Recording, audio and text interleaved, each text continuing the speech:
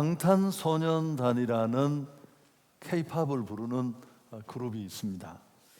아주 이 방탄소년단이 세계를 발칵 뒤집었습니다.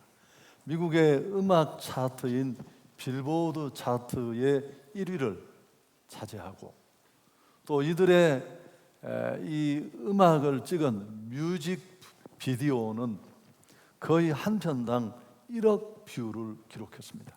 30편 정도가 13편 정도가 유튜브에 올려져 있는데 30억 뷰. 여러분, 사이의 강남 스타일이 1억 뷰를 조금 넘겨도 그 난리가 났는데, 여러분 얼마나 대단한가를 알 수 있습니다. 특히 그 공연하는 장면을 보셨습니까? 여러분, 다 한국말로 만든 노래예요. 그게 놀라운 일입니다. 근데 외국인들이 우리말로 된 노래를 배워서 떼창으로 부르는 장면은 정말 충격적입니다. 여러분, 이건 경이롭다고 할까요? 신드롬 수준으로 그들의 표가 금방 매진되고 그렇습니다. 한 음악 평론가는 이들의 성공 요인이 뭐냐고 물었더니만 이렇게 대답했습니다. 진정성을 담아서 팬들과 소통한 결과다.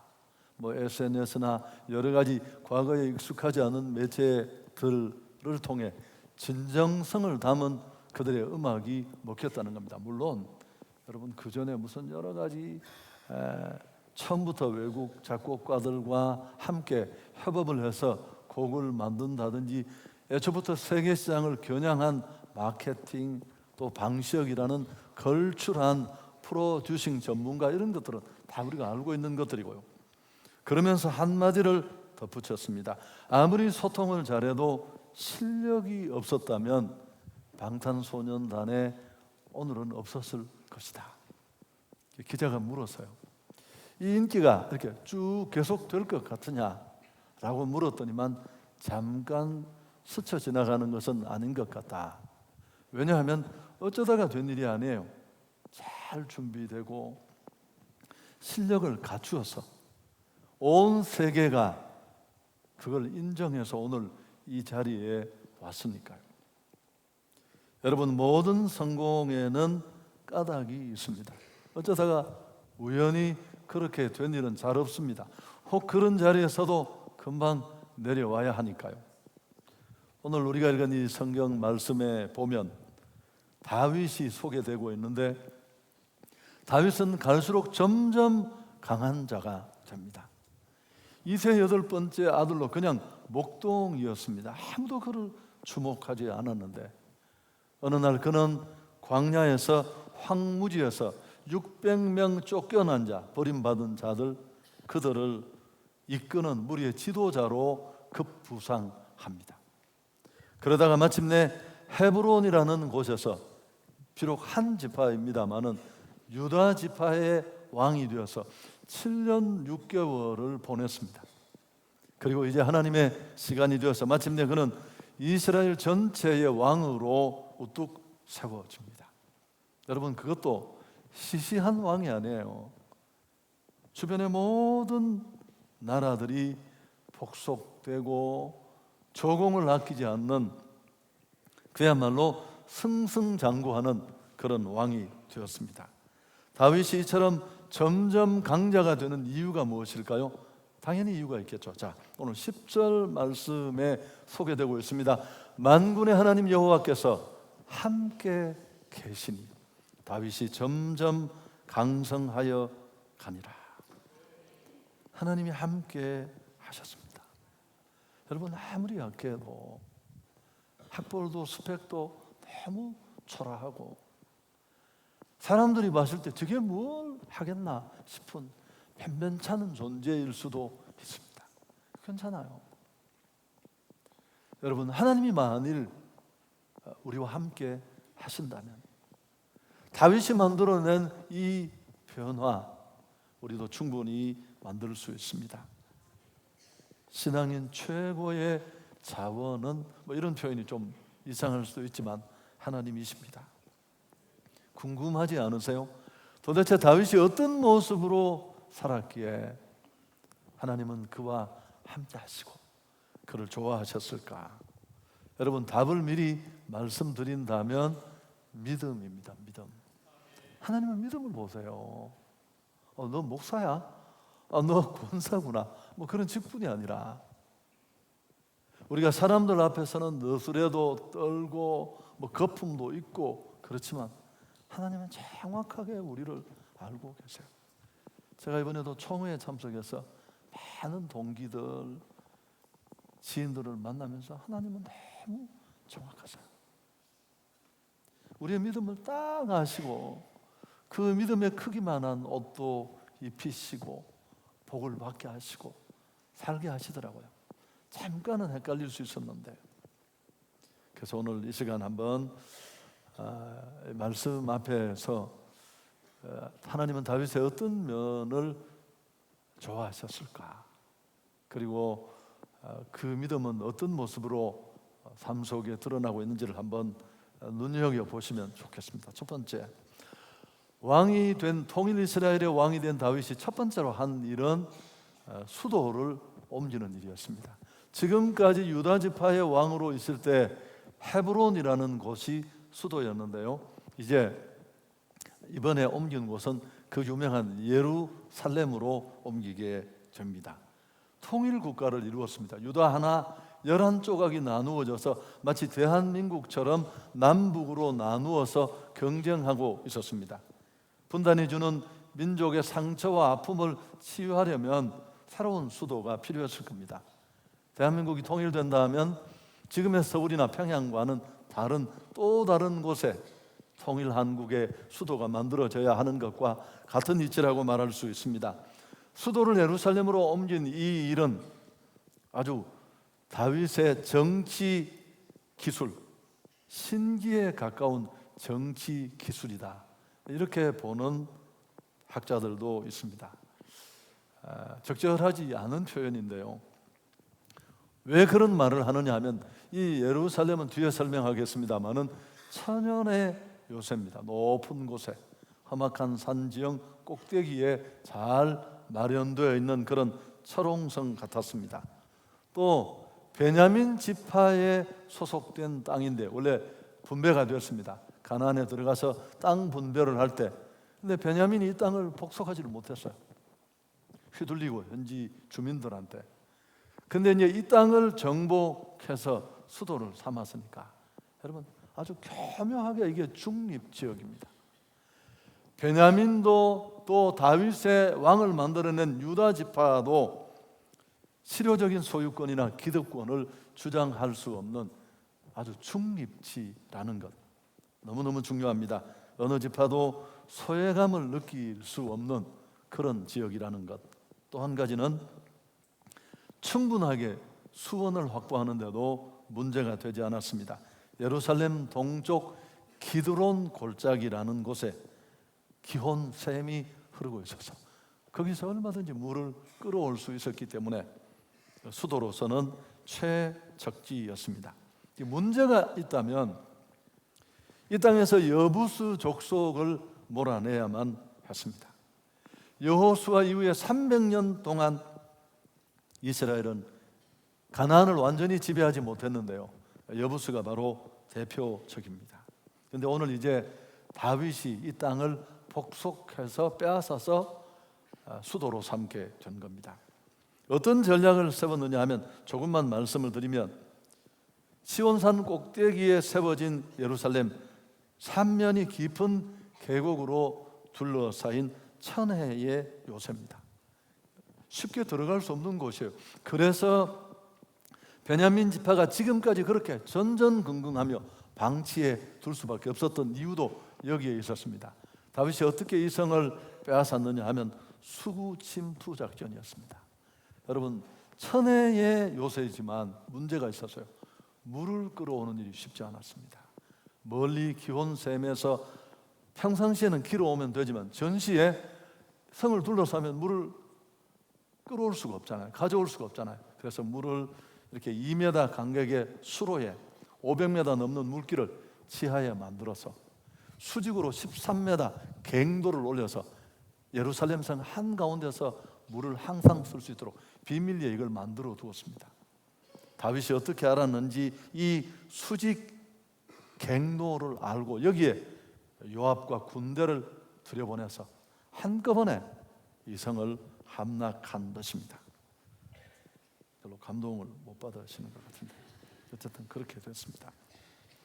여러분, 근데 이 얘기를 장황하게 할 수 없는 게 단순히 이런 여러 가지 상황적이고 지리적인 요인 때문에만 이 예루살렘을 수도로 옮긴 게 아닙니다. 또 한 가지 예루살렘 점령의 목적이 있었는데 이걸 우리가 좀 눈여겨보아야 합니다. 다윗은 이 예루살렘의 수도를 정하고 그 성의 이름을 다윗성이라고 명명했습니다. 그리고 나서 그는 하나님의 언약궤를 이곳으로 옮겨옵니다.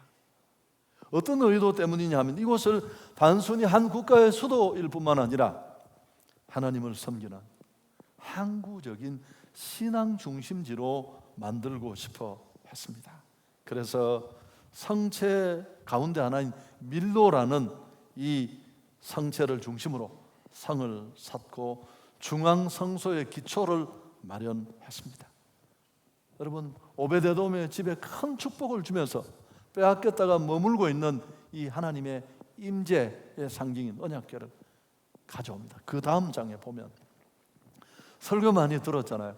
하나님의 임재가 내 가까이 들어온다는 사실이 너무 행복하고 좋아서 다윗이 덩실덩실 춤을 춥니다. 왕이 바지가 내려가는 줄도 모르고. 여러분, 이게 무슨 의미가 있을까요? 자, 다윗이 얼마나 하나님을 사모하는 사람이었는지, 하나님이 주시는 그 무엇이 아니라 하나님을 사모한 것입니다. 그 하나님이 이 다윗성으로 들어온다는 사실이 그에게 너무너무 행복했고, 그리고 더 나아가서 여러분, 오늘 이 도성을 하나님을 섬기고 하나님을 예배하는 중앙 성소를 만들었다는 것은 무슨 뜻일까요? 하나님 당신이 왕이시라는 겁니다. 자기가 왕이에요. 지금까지 10년 넘는 시간 수모 겪고 도망자로 시간 다 날려버리고 그냥 사망과 나 사이가 한 걸음밖에 되지 않는다고 눈물로 시간을 보내는데 짓밟히고 무시당하고, 사실 제가 표현을 유다 지파의 왕이라고 했지만 7년 6개월을 보냈는데요. 여러분, 이스라엘이 강원도만한데 유다 지파는 어디만 했을까? 콩조각만 하죠 뭐. 그냥 그런 시간을 보내다가 이제 정말 제대로 된 힘 있는 왕의 자리에 섰습니다.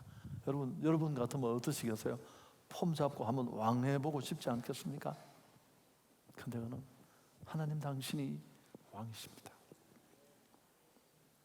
여러분, 예배는 사실 하나님의 왕 되심을 선포하는 대단히 구체적인 행위입니다. 여기 뭐 목사도 나오고 찬양 인도자도 잠깐 비치고 하지만 다 엑스트라예요. 제대로 된 예배는 하나님만 보여야 할 줄 믿습니다. 찬양도 모두도 여호와의 임재를 보여지게 하는 겁니다.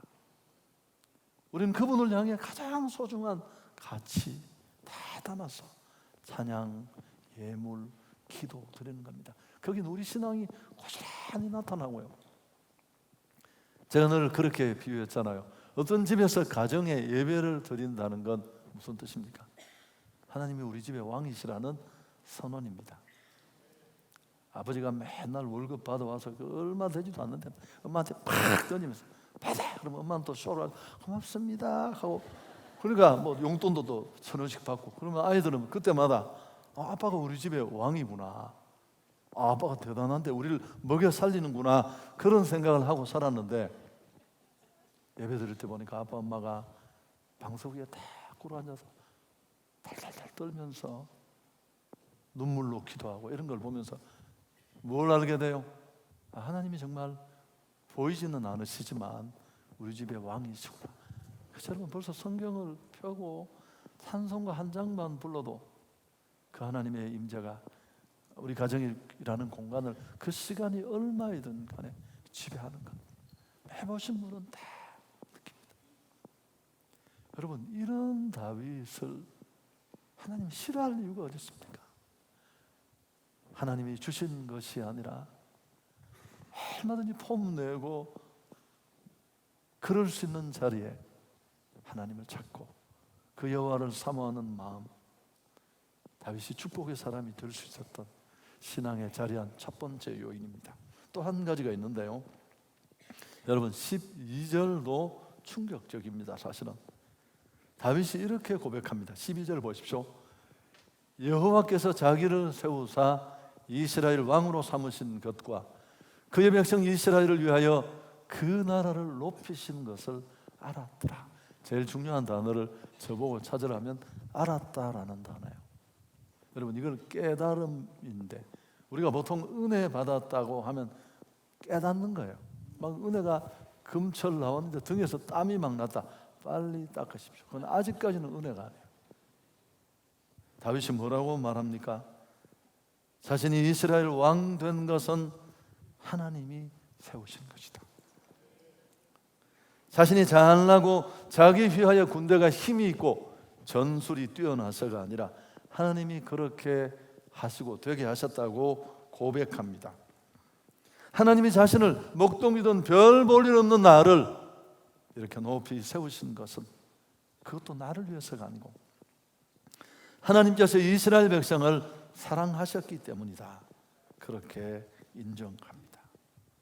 여러분, 이 깨달음과 인정은 계속적인 하나님의 도우심을 받는데 너무 필요해요. 잠깐 수임받고 잠깐 축복받고 어느 한때 하나님 도움받는 사람은 허다해요. 그러나 그런 축복이 계속되지 못하는 이유가 다 여기에 있습니다. 하나님이 나를 세우셨다는 것. 스코틀랜드의 역사가인 토머스 칼라일은 이런 얘기를 했습니다. 역경을 극복하는 사람이 100사람이라면 번영의 시절에 잘 처신하는 사람은 한 명에 불과하다. 고난이 무서운 줄 알지만 고난 무섭지 않습니다. 우리 고난을 이긴 사람은 100명도 넘어요. 고난은 우리를 조금 힘들게 하지만 다 엎드리고 다 부르짖고 다 사모하고 하나님과 더 가까워지고 더 거룩해지고. 여러분, 축복은 그렇지 않습니다. 이 토마스 칼라일의 지적 맞다나 번영의 시절에 잘 처신하는 사람은 한 사람밖에 없대요. 왜 그럴까요? 없으면 하나님께 매달리고 간구했었는데 조금 뭘 얻고 누리고 나면 돌변하는 그리스도인들이 얼마나 많습니까? 하나님의 풍성한 은혜를 받은 사람이 적어서 오늘 우리가 어려운 게 아닙니다. 내가 받은 은혜가 부족하거나 모자라서 내가 지금 이런 연약한 자리에 있는 게 아닙니다. 하나님은 지금까지 이미 풍성한 은혜를 주셨는데 우리가 은혜 받은 자다운 이런 마음으로 살지 않는 겁니다. 하나님, 나의 나된 것은 은혜입니다. 정말 별 볼 일 없었는데 이렇게라도 사람 구실하고 인정받으며 사는 것 다 주여입니다. 여러분, 정말 모든 것 빼앗기고 잃어버리는 날 혹 회개하면서 이런 고백을 할 수 있을지 모르지만 축복의 날에, 정상의 날에 다 나를 주목하는데 하나님이 하셨습니다. 나를 세우신 것도 그 나라를 섬기게 하도록 기회를 주신 것입니다. 아멘. 하나님이 베풀어 주신 그 손길을 낱낱이 기억하고 영광 돌릴 수 있으면 좋겠습니다. 하나님은 이런 자와 함께 하십니다. 사람도 똑같지 않습니까? 인간이 딱 교만해지면 도움 준 사람도 무시하고요. 전혀 이 각도가 딱 달라져요. 옆에 딱 가보면 불편해요. 여러분, 하나님도 똑같습니다. 잠언 3장 5절 이하에 너는 마음을 다하여 여호와를 신뢰하고 내 명철을 의지하지 말라. 너는 범사의 그를 인정하라. 그리하면 내 길을 지도하시리라. 여러분, 농런하는 거 그렇게 어렵지 않습니다. 나를 잊지 않고 다윗처럼 축복의 날에도 주밖에는 나의 복이 없습니다. 나는 이세의 8번째 아들로,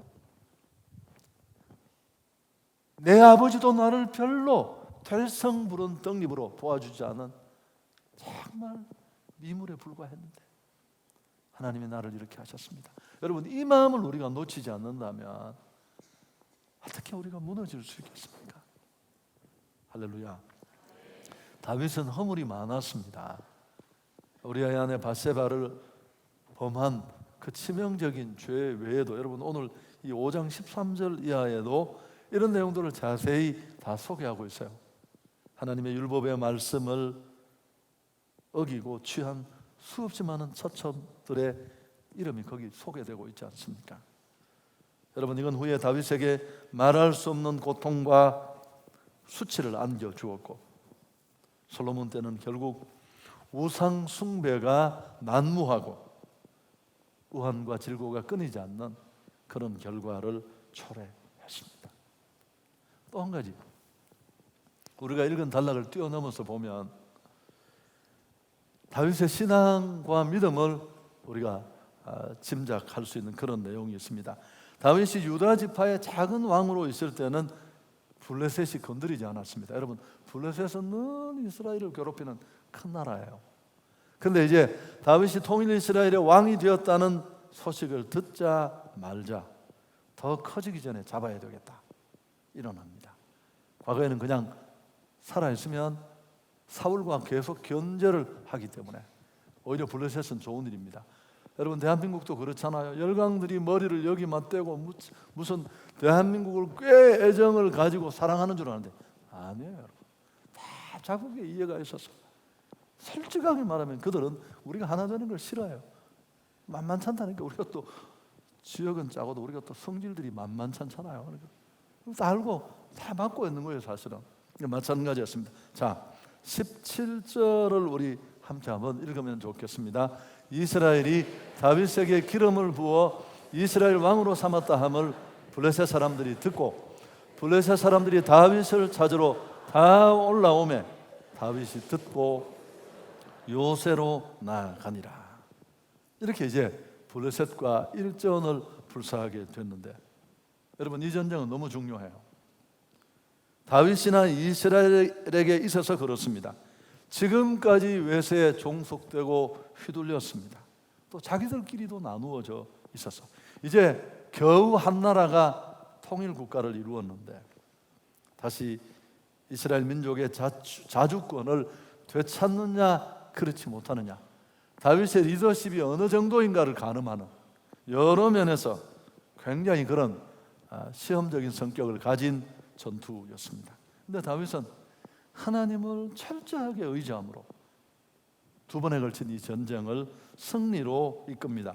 1차 총공격이 있을 때 그는 하나님께 묻습니다. 19절, 다윗이 여호와께 여쭈어 이르되 내가 블레셋 사람에게로 올라가리이까 여호와께서 그를 내 손에 넘기시겠나이까 하니 여호와께서 다윗에게 말씀하시되 올라가라, 내가 반드시 블레셋 사람을 내 손에 넘기리라 하시니라. 하나님 앞에 철저히 기도했고요, 주신 말씀 그대로 순종해서 승리합니다. 전열을 정비한 블레셋이 2차 공세를 취합니다.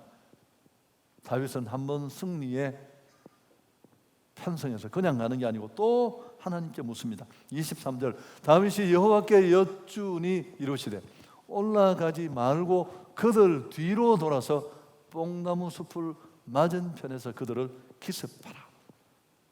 여러분, 우리 하나님이 얼마나 섬세하신 분이냐 하면 한번 기도해 보세요. 자세히. 그럼 하나님이 자세하게 설명을 해주세요. 다윗은 백전노장입니다. 긴 시간 도망자로 전투를 하면서 전쟁의 경험도 풍성했습니다. 더군다나 이제 왕이 된 직후고 또 여부수 족속을 쫓아내고 예루살렘 성을 복속한 성전이 바로 직전에 있었습니다. 얼마나 마음이 높고 득이양양할 수 있을 때였는데, 성산도 있었을 텐데 그는 자신이 왕이 되었다고 자기 마음대로 하지 않았습니다. 여러분, 하나님의 왕되심을 인정하는 건 말만이 아니에요. 그저 찬양이나 왕이신 나의 하나님 부르지만 지가 왕이고, 이게 하나님을 왕으로 모신 자의 자세.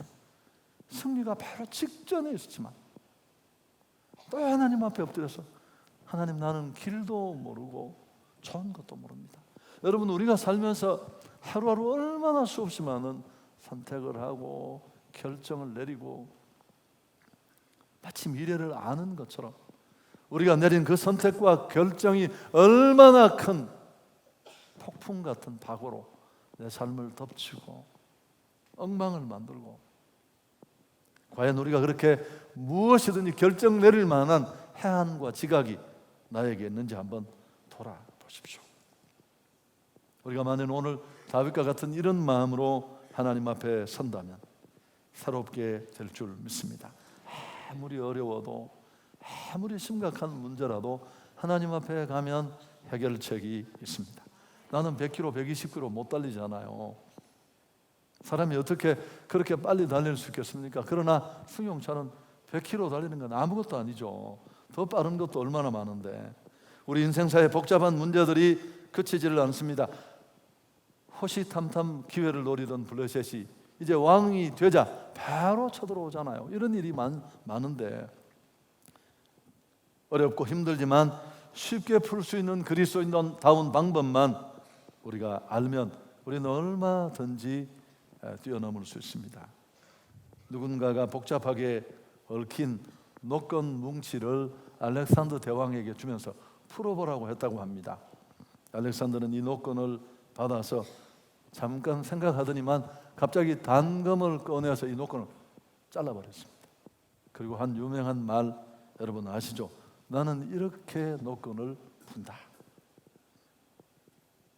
인생에서 문제를 가장 쉽게 푸는 방법은 여호와 하나님께 가지고 가는 것입니다. 할렐루야.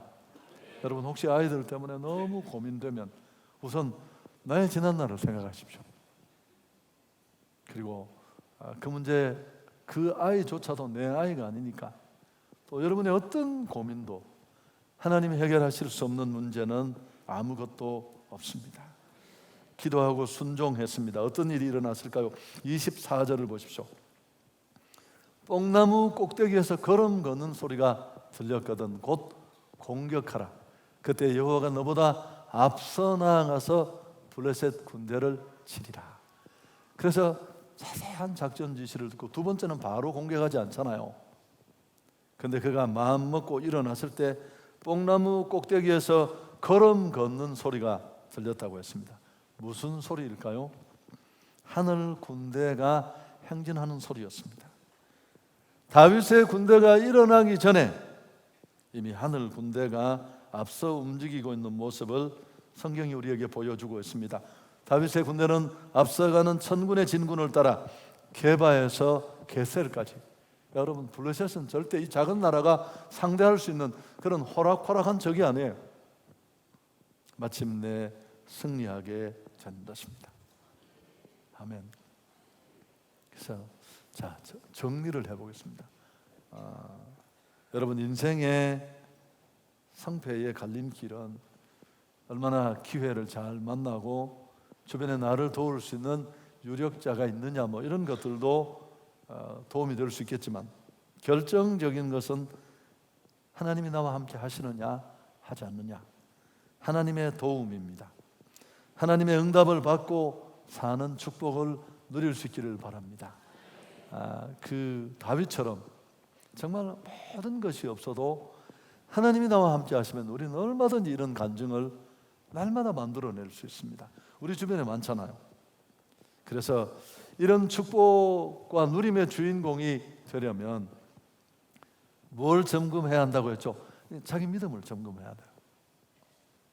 여러분, 이 말씀 축제를 왜 할까요?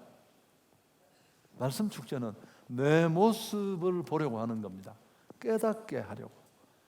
하나님 말씀의 큰 거울 앞에 나를 세워서 막연히 내가 잘한다고 착각하는 나 아니라는 거 알아야 되고, 사람들이 그냥 이렇게 저렇게 말하는 별 생각 없이 정확하지도 않은 사람들의 평가, 여러분 그것도 그렇게 중요하지 않아요. 그냥 참고하시면 돼요. 하나님이 내게 하시는 말씀의 뜻을 깨달아야 합니다. 그래서 이번 말씀 축제도 그런 기회가 되었으면 좋겠습니다. 무엇보다도 다윗 안에 있었던 이 믿음, 정리를 하면 첫째는 뭐라고요? 갈망하는 마음입니다. 하나님을 너무너무 사모하는. 오늘 예배에 나올 때도 어떤 마음으로 나오셨습니까? 그 한 가지만 보면 여러분의 나의 신앙 상태를 내가 확인할 수 있습니다. 오늘 정말 하나님 만난다는 감격, 두근거림, 예배에 갈 때마다 늘 나를 그냥 돌려보내시지 않는데 오늘은 어떤 은혜를 주실까? 여러분 그런 마음이 있습니까? 오늘 주일이가 또 예배 드려야 되지. 너무너무 형식적이고 의례적인 마음을 가지고 오셨다면 오늘 이 다윗의 마음을 여러분 배울 수 있기를 축복합니다. 만 가지 축복을 누리는 날에도 하나님으로 배고파하는, 여러분 그렇다고 그 복이 도망가나요? 하나님, 나는 하나님이 필요합니다. 하나님이 주시는 축복이 아니라 하나님이 필요합니다. 두 번째, 모든 일에 내가 주목받고 영광받을 만한 자리가 있을 때 매번 정확하게 우리는 빠져나와야 돼요. 나를 여기까지 도우신 그 하나님을 인정하는 일. 여러분 그러면 사람 앞에도 물론 이렇게 열을 뻗칠 때도 있지만 조금만 정신 차리면 늘 겸손하게 자기 자리를 지키면 승리하게 될 줄 믿습니다. 여러분 교만은 돼지 몸의 비계처럼 쌓인대요. 교만한 사람이 자기 교만하는 걸 알까요? 모를까요? 절대 몰라요. 그 사람은 절대 교만하지 않습니다. 나는 문제가 있는 사람이라고 생각하는 사람은 문제가 있을까요? 없을까요? 없습니다. 문제 있는 사람은 그런 생각 한 번도 해보지 않아요. 문제는 다른 사람이 있지. 문제는 시험지에나 있지. 나한테는 없다고 생각하죠. 그러나 여러분 문제가 없는 사람은 끊임없이 타인에게는 관대하지만 자신에게는 안타까운 마음으로 내가 받은 은혜가 얼만데 난 이렇게 살아서 될 사람이 아니야. 막 안타까워하고 자축하고. 그다음 세 번째, 여러분 이 기도하는 거, 힘들고 어려울 때 우리가 얼마나 금식하고 철야하고 매달렸습니까? 저부터라도 그 추운데 산 꼭대기에 추위를 많이 타가 이가 덕덕덕 붙이니까 비닐봉지 뒤집어 쓰고 안 죽으려고 하나님 왜 나를 이렇게 힘들게, 달걀 귀신처럼 그렇게 살았는데 좋은 날 오니까 뭐 지가 콧구멍에 바람 넣어가 사는 줄 알고 배고프고 어려울 때 절실하게 찾던 그 기도, 그 간절함을 잃어버리지 않았습니까? 여러분 이번 말씀 축제 모두 회복할 수 있기를 축복합니다.